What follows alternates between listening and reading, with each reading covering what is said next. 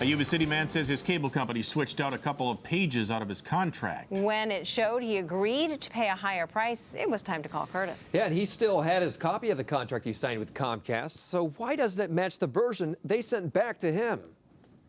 Shock, disgust. Bill Edick isn't happy after Comcast sent him a different version of the contract than the one he signed and copied in May. I signed a contract for $174.70, and that's what I want. But when he got his bill, he says he was charged more, so he called Comcast, and they faxed him this copy of the contract. Complete different contract, except the signature page was exactly the same. If you take a closer look, Bill's signature on page 3 is exactly the same. But the first page of the copy Comcast faxed over has a higher price than Bill's copy. It shows his monthly price would be $229.70, $55 more than Bill says he agreed. Well, it's a little surprising. It's definitely not a good business practice. We showed the two different versions to McGeorge School of Law professor Brian Slocum, who says changing a contract is fraud. It could put the company in a lot of trouble if they insisted that contract, the false contract, was the actual contract.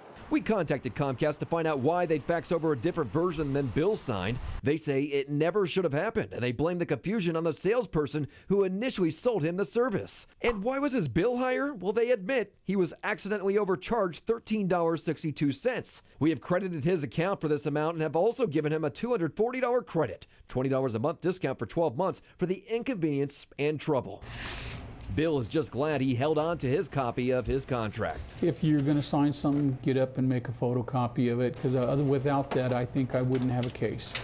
Very good advice. A prime example why you should keep a copy of any contract you sign. You should also sign every page of the contract, even if they don't have a place there for you to sign it anyway, not just the last page, so you have proof of the actual contract you signed. It's a great idea, but I'm wondering, is it just in his case, or could this be something broader? You know, we asked Comcast that question. How can we trust any contract that has been signed with Comcast? They say it was just this one situation. It was just this one incident. But if you hold on to your contract, you actually have the proof in case something like this comes up. Or at least you can initial each page, right? Yeah, Okay. You got to do that. Yeah.